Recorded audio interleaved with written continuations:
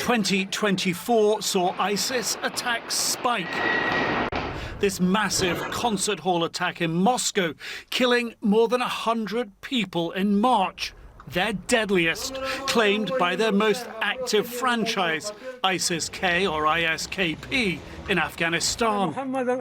A month later, this bloody attack inside a Russian jail, 4 guards killed.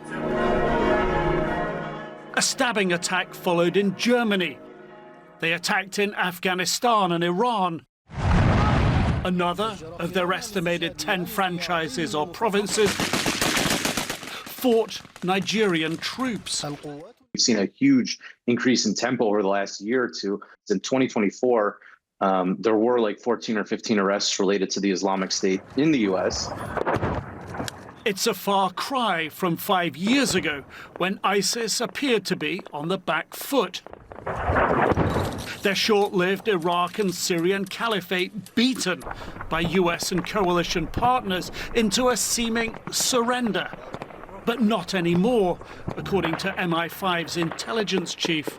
After a few years of being pinned well back, they've resumed efforts to export terrorism. We and many European partners are detecting IS-connect activity in our homelands, which we're moving early to disrupt. Taylor Swift and her Eras tour in Vienna, beneficiary of the heightened safeguarding. An ISIS-inspired plot forcing her to call off her show.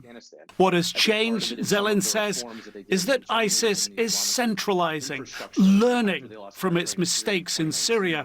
They integrated a lot of their provinces together under this general directorate of provinces. So there's a bit more coordination on the global level within its network.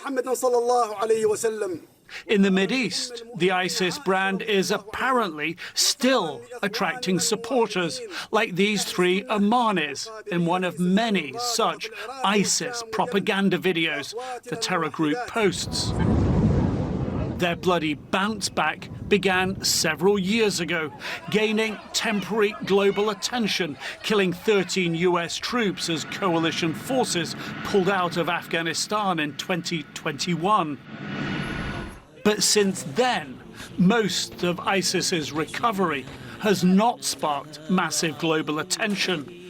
2025 might be the year that changes. If they can do something in the US, if they can do something in Europe, if they can do something in Russia, Turkey, Iran, Central Asia, if they can do it, they'll do it, because for them, it's a global war. And success for ISIS in this context could be as simple as an attacker like Shamsuddin Jabbar claiming, as he has, to have acted in ISIS's name when he may not have had any physical contact or support from them. Nic Robertson, CNN, London.